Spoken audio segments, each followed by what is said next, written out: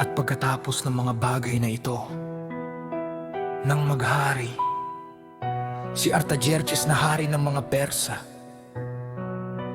dumating si Ezra na anak ni Seraias, na anak ni Azarias, na anak ni Hilkias, na anak ni Salum, na anak ni Sadok, na anak ni Ahitob, na anak ni Amarias, na anak ni Uzias, na anak ni Meremot, na anak ni Zeraias, na anak ni Sabias, na anak ni Bokas, na anak ni Abisua, na anak ni Fines, na anak ni Eleazar, na anak ni Aaron na pangunahing kahan.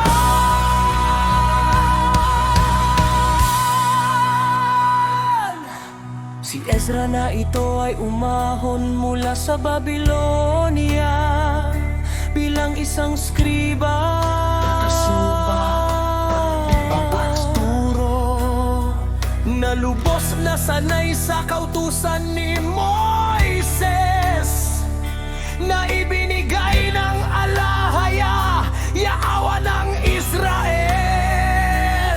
At iginalang siya ng hari sapagkat siya'y nakasumpong ng biyaya sa kanyang paningin.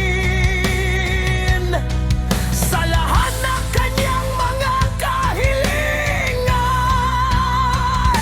umahon din kasama niya ang ilan sa mga anak ni Israel, sa mga kahan, sa mga Levita, sa mga banal na mang-awit, mga bantay pinto at mga tagapaglingkod sa templo, papunta sa Jerusalem. Nang ikapitong taon ng paghahari ni Artajerjes, sa ikalimang buwan, ito ang ikapitong taon, sapagkat sila'y umalis sa Babylonia ng unang araw ng unang buwan at dumating sa Jerusalem. Ayon sa matagumpay na paglalakbay na ibinigay sa kanila ng Yahwa.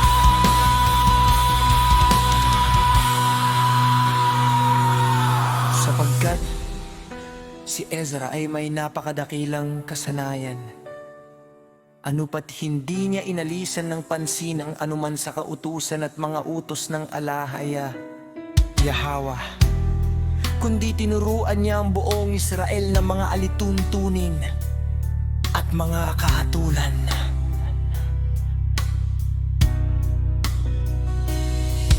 At ngayon, ang sipi ng atas na sinulat mula kay Artajerjes na hari at dumating kay Ezra na kahan at tagapagpasa ng kautusan ng alahaya, Yahwa,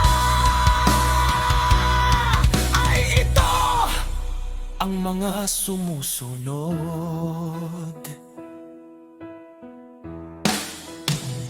Haring Artajerjes kay Ezra na kahan at tagapagpasa ng kautusan ng alahaya, ipagbati.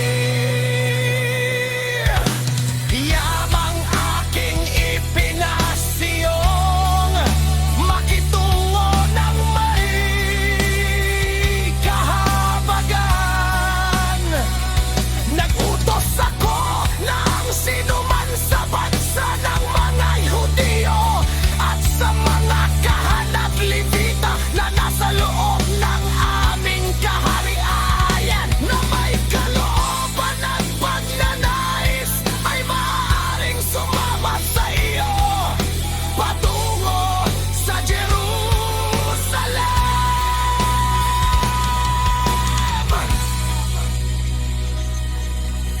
Kaya't ang lahat ng may nais doon, hayaan silang umalis na kasama ka. Ayon sa minabuti ng aking at ng aking 7 kaibigang tagapayo. Upang kanilang pangasiwan ang mga gawain sa Judea at Jerusalem, ayon sa nakasulat sa kautusan ng Yahawa,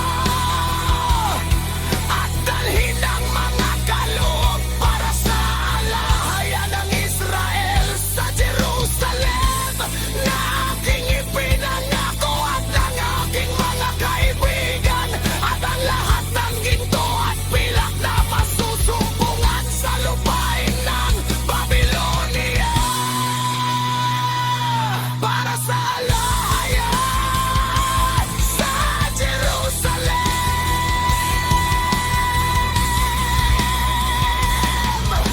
Kasaang yaong mangay ibinigay ng mga tao para sa templo ng ala nilang Yahwa sa Jerusalem, at upang ang pilak at ginto ay matipon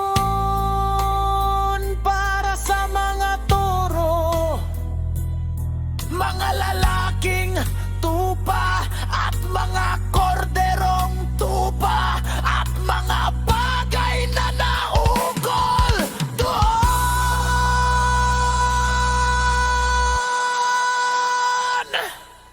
upang sa dakong huli ay maghahain at maghandog sila ng mga hain sa alahaya, sa ibabaw ng dambana, sa alahaya nilang Yahwa na nasa Jerusalem.